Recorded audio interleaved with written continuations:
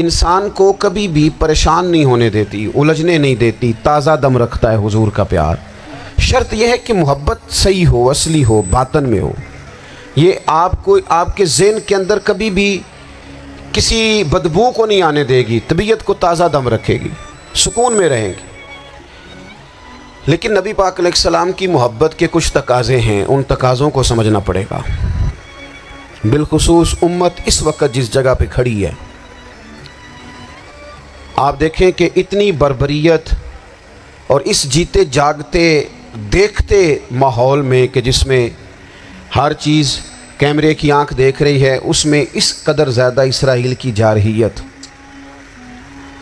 اس کے جواب میں دو تین تازیانے ہیں وہ سمجھنے والے ہیں۔ ایک ہے کہ میں کوئی جذباتی بات کروں گا، آپ اس کی تائید کر دیں گے۔ ایک ہے کہ پہلوؤں پر غور کرنے کا وقت ہے کہ اتنے کٹھن ماحول میں بھی اگر مسلم امہ کے لیڈر بیدار نہیں ہو رہے تو آپ کو پس منظر سمجھنا پڑے گا کہ ہم نے نبی پاک کی محبت کے تقاضوں کو نہیں سمجھا۔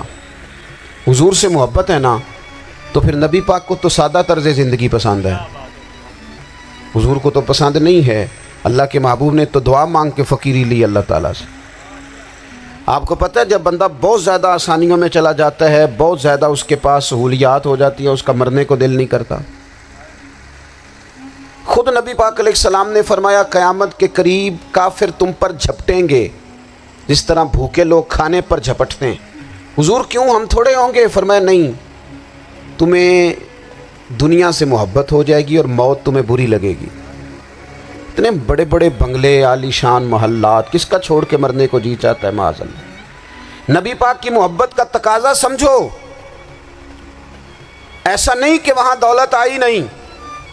حضور تو فرماتے ہیں کہ اللہ نے خزانوں کی کنجیاں میرے ہاتھ میں رکھ دی ہیں، لیکن میں نے عرض کیا مالک ایک وقت روٹی دینا اور ایک وقت کا فاقہ دینا۔ کنجیاں خزانوں کی اللہ نے دی۔ جب تک آپ اپنا طرز زندگی، یہ جو بہت دنیا کا پیار ہے نا، بہت زیادہ مرنے کی ہرس، یہ بہت زیادہ جینے کی ہرس، تو اللہ تعالیٰ نے قرآن پاک میں یہودیوں کا طریقہ بیان کیا کہ وہ کبھی مرنے کی تمنا نہیں کریں گے کیونکہ جینے کی ہرس رکھتے ہیں۔ نبی پاک علیہ السلام کے غلاموں، طرز زندگی جب تک سادہ نہیں ہوتا اور جب تک یہ دنیا کے جھمیلوں سے کسی کو دولت دے کر پیچھے کر دیا جاتا ہے، کسی کو عہدہ دے کر چپ کرا دیا جاتا ہے، کسی کو اقتدار دے کر چپ کرا دیا جاتا ہے، رسول اللہ صلی اللہ علیہ وسلم کے سچے غلام، انہیں ایک بات کی سمجھ آ گئی تھی کہ ہمیں ہمارے رب نے کہا ہے قل ان کنتم تحبون اللہ فاتبعونی یحببکم اللہ۔ اے محبوب آپ ان سے فرما دیں اگر رب سے محبت کرنا چاہتے ہیں تو آپ کی پیروی کریں، اللہ خود ان سے محبت فرمائے گا جب رب بھی ان کا ہو جائے گا، جب رب بھی ان کا کی محمد سے وفاتوں نے تو ہم، یہ جہاں چیز ہے کیا، یہ لوح و قلم تیرے، اس کا کیا مطلب ہوا؟ لوح و قلم، قلم لکھتی ہے نا تقدیریں، مقدر فیصلے، تو لوح و قلم تیرے ہیں، اس کا مطلب یہ ہے کہ پھر رب کریم تیرے اوپر فضل کرے گا، اور وہ جن فیصلوں کی امت کو دیانت سے چاہت ہے اللہ اپنے فضل سے وہ فیصلے فرمائے گا۔ جب تک زندگی حضور کی غلامی کی طرف نہیں جاتی وہ اللہ تعالیٰ کی تائید نہیں پاتی۔ حضرت عبداللہ ابن حذافہ رضی اللہ تعالیٰ عنہ کو رومیوں نے قید کر لیا تھا، اور جب رومی آپ کو قید کر رہے تھے، پکڑ رہے تھے، جنگ میں کچھ موڑ ایسا آ گیا کہ بظاہر مسلمانوں کے قدم پیچھے ہٹ رہے تھے، تو 1000 آدمی نے، 100 آدمی نے مل کے آپ کے گرد گھیرا ڈالا اور بڑی مشکل سے آپ کو گرفتار کیا۔ جب بادشاہ کے سامنے لے گئے نا تو بادشاہ سے اس کا سپہ سالار کہنے لگا کہ بندہ ضائع کرنے والا نہیں، یہ بات سمجھیں آپ، ہماری طبیعت کے مطابق جو بندہ پورا نہیں اترتا ہم ضائع کر دیتے ہیں۔ حالانکہ اگر آپ کو مخالف صف میں بندہ کام کا نظر آئے تو آپ غور فرمائیں کہ یہ ہمارے قافلہ محبت میں کیسے شامل ہو سکتا ہے، اس کے لیے جد و جہد کریں تاکہ اس سے کام لیا جا سکے۔ اس نے کہا، روم کے بادشاہ نے، بندہ ضائع کرنے والا نہیں۔ وزیر نے کہا بادشاہ سے، اس نے کہا کیا کریں، کچھ ایسا کریں کہ یہ معاذ اللہ ہمارے دین میں آ جائے، اور قرآن مجید نے واضح کہہ دیا ہے کہ یہودی اور عیسائی تم سے راضی نہیں ہو سکتے حتی تتبع ملتہم، جب تک کہ تم ان کے دین کی پیروی نہ کرو۔ ان کو کسی طریقے سے معاذ اللہ عیسائی بنایا جائے۔ تو بادشاہ کہنے لگا 2-3 چیزیں ہیں جس سے کوئی بندہ بھی خریدا جا سکتا ہے، کر لیتے ہیں بات۔ اس نے سب سے پہلے حضرت عبداللہ ابن حذافہ سے کہا کہ جتنے پیسے آپ کہیں گے آپ کو ملیں گے، آپ اس دین میں آ جائیں معاذ اللہ۔ تو حضرت عبداللہ ابن حذافہ نا، کچھ لوگ بڑے سیانے ہوتے ہیں، بردبار ہوتے ہیں، بعض باتوں پر غصہ نہیں کرتے، ہنستے ہیں۔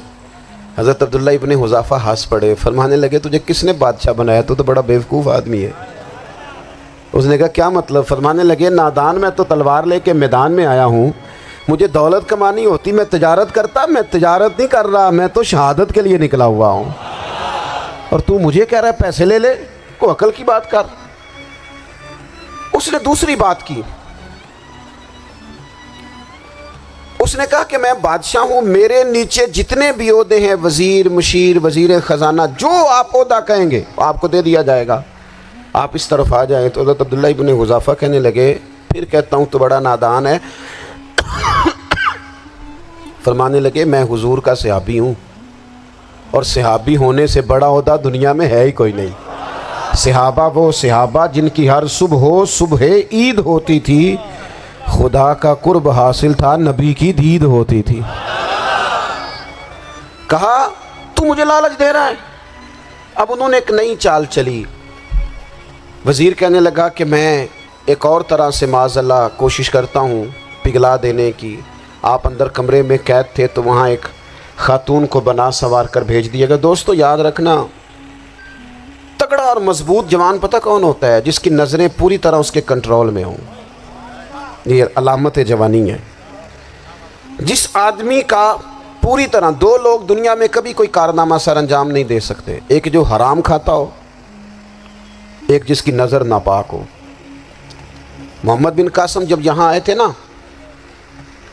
تو ایک دن بڑے پریشان تھے، تو ایک بزرگ کہنے لگے آپ کیوں پریشان ہیں؟ کہنے لگے راجہ داہر سے مقابلہ ہے، اور ہماری فوج تو سندھ کے رستے بھی نہیں جانتی، زبان بھی نہیں جانتی، لڑیں گے کیسے؟ 2-4 دن کے بعد ان بزرگوں کی دوبارہ محمد بن قاسم سے ملاقات ہوئی تو بڑے خوش تھے۔ کہا آپ کیوں خوش ہیں؟ کہنے لگے وہ میرا مقابلہ نہیں کر سکتا، میں نے تحقیق کر لی ہے۔ کہا کیوں؟ کہنے لگے نظر کا گندہ ہے، اور جو نظر کے گندے ہوتے ہیں وہ میدانوں میں ٹھہرا نہیں کرتے۔ میدان کے لیے نکلنے کے لیے پاک جوانی کی ضرورت ہوتی، تطہیر مزاج ہونا ضروری ہوتا ہے، پاکیزہ افکار اور سچی اور سچی ستھری سوچوں کا ہونا ضروری ہوتا ہے۔ اس لیے فرمایا کہ میرا مقابلہ نہیں کر سکتا۔ حضرت عبداللہ ابن حذافہ کمرے میں تھے، تو وزیر کی بیٹی اندر سجی سنوری پہنچ گئی۔ جیسے ہی آپ نے اس کفر کی چال کو دیکھا تو تیمم کر کے نفل شروع کیے۔ وہ ساری رات بیٹھی رہی، رب کا بندہ ساری رات عبادت کرتا رہا۔ عبادت بڑا سہارا ہے، مصلی بڑا سہارا ہے اللہ کے بندوں۔ صبح دروازہ کھولا، وزیر نے اپنی بچی سے پوچھنا چاہتا تھا رزلٹ کیا نکلا، تو کہنے لگی پیچھے ہٹ جا، اب تیرا میرا تعلق کوئی نہیں، میں نے نبی پاک کا کلمہ پڑھ لیا۔ اس نے کہا میں نے بھی زمانہ دیکھا ہے، پر یہ کیا لوگ ہیں، کستوری کے بنے ہوئے، سندل سے دھلے ہوئے ہیں، کہ میں ساری رات کمرے میں رہی اور 100 اور 1000 آدمی جس جوان کا مقابلہ نہ کر سکے، اتنا طاقتور جوان کمرے میں رہا اور اسے نظر اٹھا کے نہ دیکھا۔ او کچا رنگ للاری والا جڑا چڑھدا تے لیندا رہندا ہے، اے عشق تیرے دا رنگ محمد چڑھیا پھیر نہیں لیندا۔ سبحان اللہ۔ میں کہا ایک دفعہ نظر اٹھا کے نہیں دیکھا، کمال ہو گئی۔ اتنے بڑے لوگ، اتنی بڑی سعادت مندی، فیروز بختی، معاملہ فہمی، حد ہو گئی۔ اللہ اکبر۔ دوستو بادشاہ جب پوری طرح ہار گیا نا، اس نے کہا مار دو۔ تیل گرم کیا ایک کڑاہی میں، اور جب آپ کو اس میں ڈالنے لگے تو آپ کی آنکھوں میں آنسو آ گئے۔ بادشاہ کا خیال ہوا شاید نرم ہو گئے ہیں، کہنے لگا روئے کیوں؟ فرمانے لگے سوچتا ہوں جان ہی ایک ہے، کتنا مزہ ہے اس کی راہ میں جان دینے کا، کتنی لذت ہے اس کے نام پر مرنے میں، کتنا لطف ہے۔